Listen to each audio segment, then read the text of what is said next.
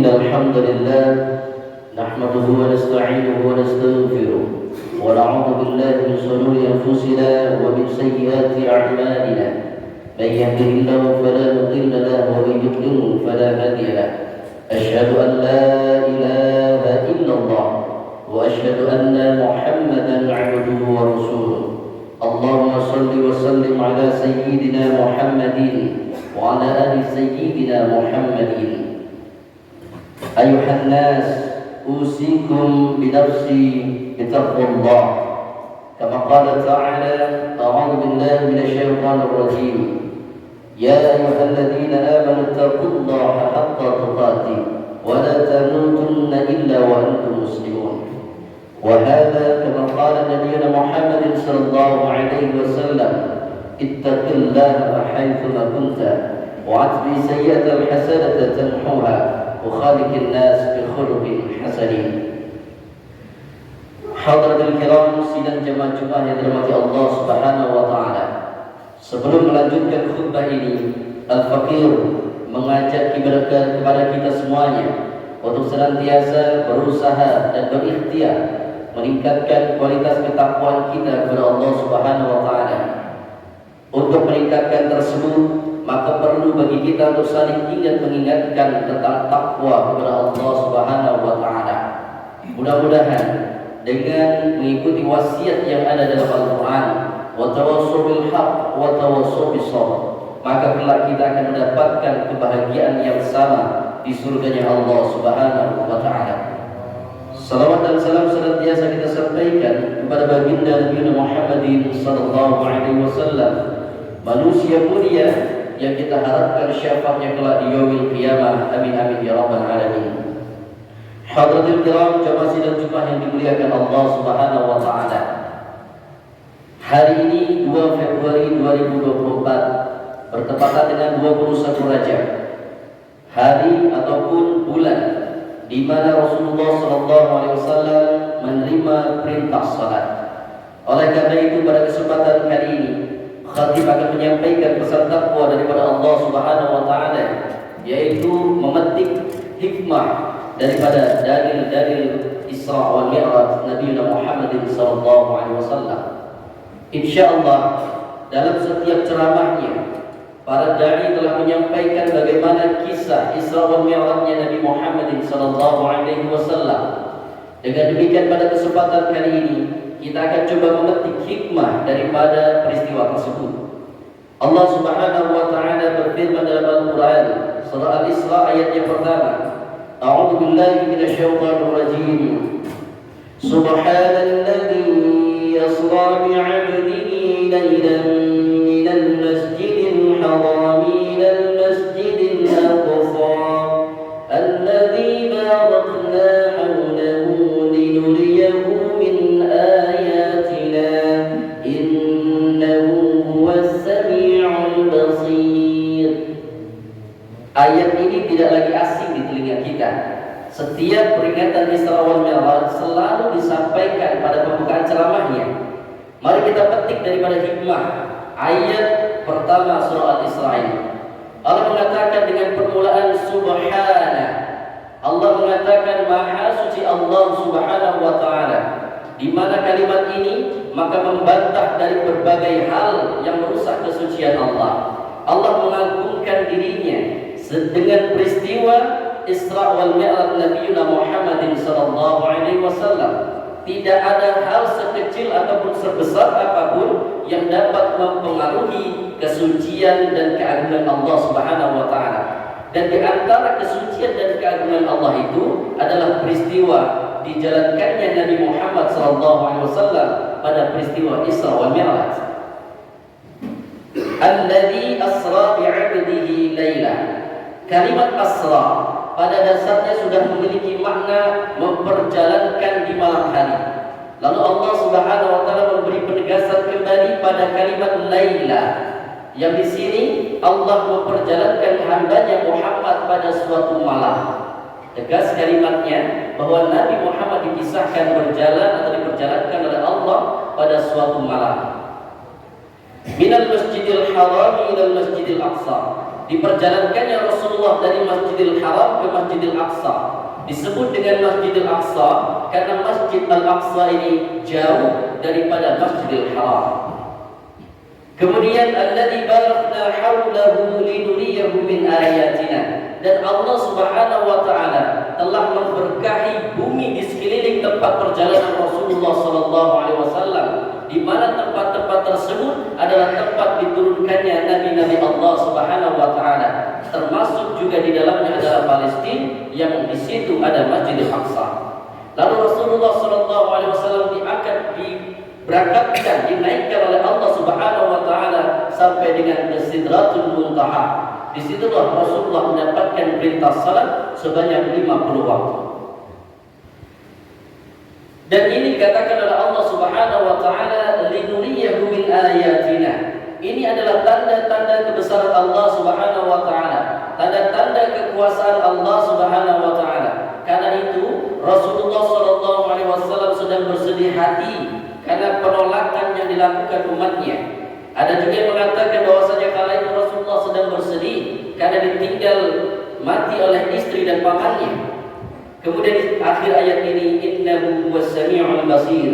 Jamaah dirahmati Allah Subhanahu wa taala, ketahuilah bahwa Allah Maha mendengar atas apa yang diucapkan, baik itu yang diucapkan dengan lisan ataupun ucapan yang keluar dari hati kecil kita. Maka jangan takut dengan kalimat ini, jangan takut doa kita tidak dikabulkan oleh Allah Subhanahu wa taala. Bahkan ketika kita berdoa dalam hati sekalipun, Allah mendengar dan akan mengijabah doa-doa kita. Ayat ini memberikan pelajaran kepada kita semuanya bahwasanya tidak ada yang tidak mungkin bagi Allah Subhanahu wa taala. Secara logika, bagaimana seorang manusia bisa berjalan dari Masjidil Haram ke Masjidil Aqsa yang mungkin bisa membutuhkan waktu perjalanan berhari-hari atau mungkin bisa 1 bulan. Lalu diberangkatkan oleh Rasulullah dari Masjidil Aqsa menuju Sidratul Muntaha hanya sepertiga malam. Secara logika manusia ini tidak akan sampai. Lalu di situ ada Abu Bakar yang membenarkan peristiwa Isra wal Mi'raj Nabi Muhammad sallallahu alaihi wasallam, sehingga beliau mendapat julukan As-Siddiq yang membenarkan peristiwa Isra wal Mi'raj. Lalu yang kedua adalah salat sebagai ciri orang yang bertakwa.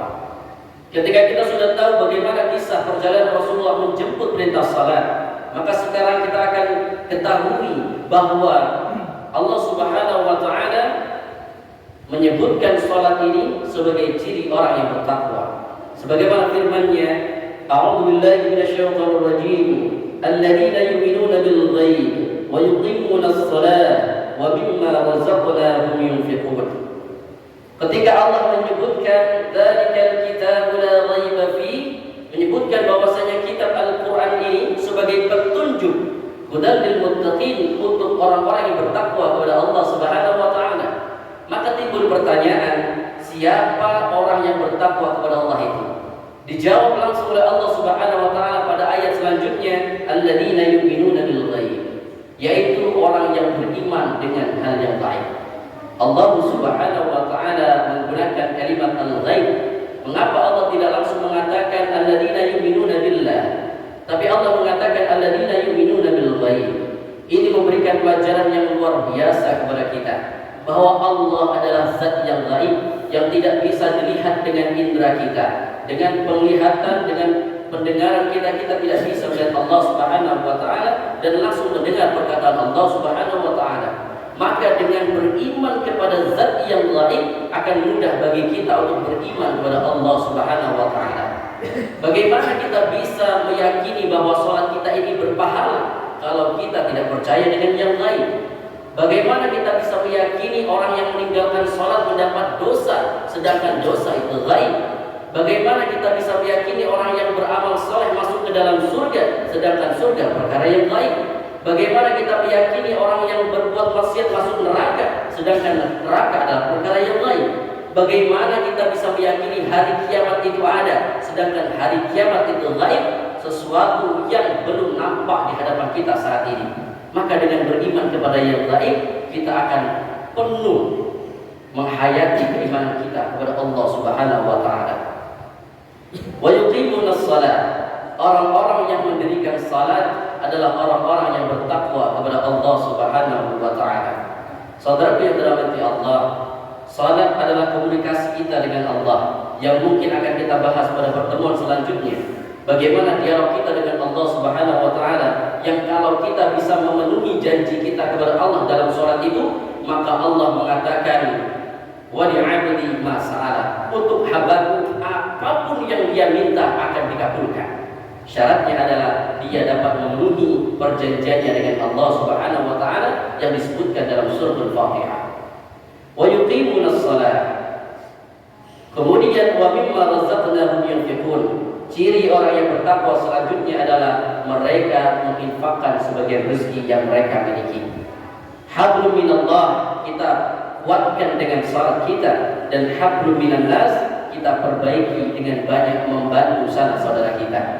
Saudara yang dirahmati Allah, dalil terakhir yang akan kita dengarkan adalah salat mencegah dari kemaksiatan atau perbuatan keji dan munkar. Ayat ini juga sering kita dengarkan. Bagaimana Allah berfirman, "Utlu ma uhiya ilaika minal kitab." Allah memerintahkan kepada Nabi Muhammad SAW, dan ayat ini berlaku untuk kita kaum muslimin, yaitu untuk membaca kitab Allah Subhanahu wa taala. Tidak hanya membaca, tapi juga memahami serta mengamalkan ayat-ayat Allah dalam kehidupan nyata kita. Sehingga Allah katakan, "Utlu ma uhiya ilaika," yaitu agar kita membaca daripada kitab-kitab Allah, Al-Quran ini. Karena Al-Quran disebutkan dalam surah Al-Baqarah, hudan linnas, sebagai petunjuk bagi manusia. Al-Quran ibarat lampu jalan. Ketika Al-Quran mengatakan ini lampu hijau, kita kerjakan amalan itu. Ketika Al-Quran mengatakan ini lampu kuning, berhati-hati jauhi yang subhat. Ketika Al-Quran mengatakan bahwasanya ini lampu merah, haram, maka tinggalkan perkara itu. Dengan demikian, mengikuti lampu merah yang ada dalam Al-Quran, mengikuti lampu jalan yang diberikan oleh Al-Quran, kita akan selamat daripada kecelakaan. Kemudian dengan memahami kitab Allah Subhanahu wa taala ini, wa aqimis shalah, dirikan salat. Dirikan salat karena Allah Subhanahu wa taala. Dirikan salat dengan penuh ketawaduan. Dirikan salat dengan penuh kekhusyuan. Yang khusyuk ini dijawab langsung oleh Allah adalah orang-orang yang ketika dia salat, ketika dia beramal saleh, ketika dia beribadah, maka dia sadar betul dia akan kembali kepada Allah Subhanahu wa taala. Ketika dia salat, dia merasa ini adalah salat terakhir yang akan dia lakukan di dunia. Ketika dia bersedekah, dia merasa ini sedekah terakhir yang akan dia berikan di dunia, karena dia akan segera menghadap Allah Subhanahu wa taala.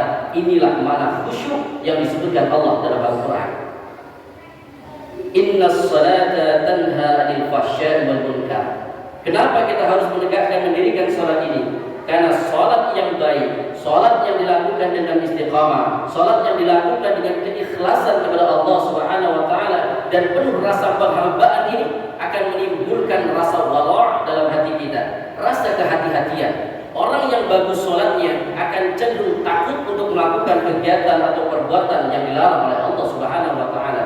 Ketika dia ingin melakukan perbuatan yang melanggar syariat, dia ingat bahwa dia melakukan salat, melakukan ibadah kepada Allah Subhanahu wa taala, maka tak mungkin orang yang baik salatnya sanggup untuk melakukan perbuatan buruk yang dilarang oleh Allah Subhanahu wa taala, karena sadar salat itu tidak hanya ditunaikan, tapi salat juga diamalkan dalam kehidupan nyatanya.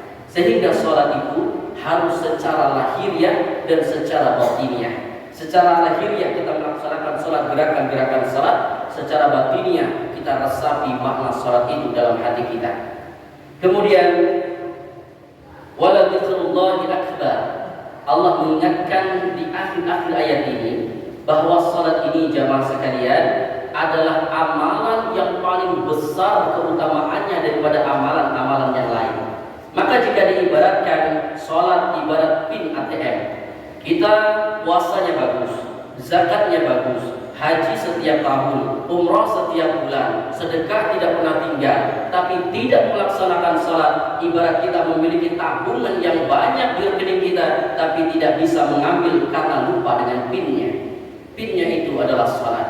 Sehingga nanti akan ada hadis daripada Nabi SAW, inna awwala, yaitu amalan pertama yang akan dihisab oleh Allah Subhanahu wa taala adalah perkara salatnya. baik sholat kita, maka akan baik pula amalan-amalan kita. Ketika buruk sholatnya, maka buruk pula amalan-amalan lainnya. Hadirin yang dirahmati Allah Subhanahu wa taala, semoga 3 dalil daripada Isra wal Mi'raj ini menjadi renungan bagi khatib pribadi dan kita semuanya, bahwa ternyata sholat adalah bukti cinta Allah kepada kita semuanya. Sholat adalah waktu di mana Allah memberikan kesempatan kepada kita untuk berkomunikasi langsung dengan Allah. Bukankah ketika kita membaca Al-Fatihah, disitulah kita sedang berdialog dengan Allah, sehingga Allah mengatakan wali abdi masalah. Orang yang bagus sholatnya, maka kata Allah, apapun yang dia minta akan dikabulkan oleh Allah Subhanahu wa taala. Hadirin kiram jamaah sidang Jumat yang dirahmati Allah, semoga khutbah ini menjadi perhatian dan menjadi warning bagi khatib pribadi dan kita semuanya, sehingga kita dapat memetik hikmah daripada peristiwa Isra wal Mi'raj tentang perintah salat yang diberikan kepada Nabi Muhammad SAW dan untuk kita semuanya. Subhanakallahumma wa bihamdika aqulu qawli hadza wa astaghfirullah li wa lakum wa li sairil muslimin wal muslimat innahu huwal ghafurur rahim. Allah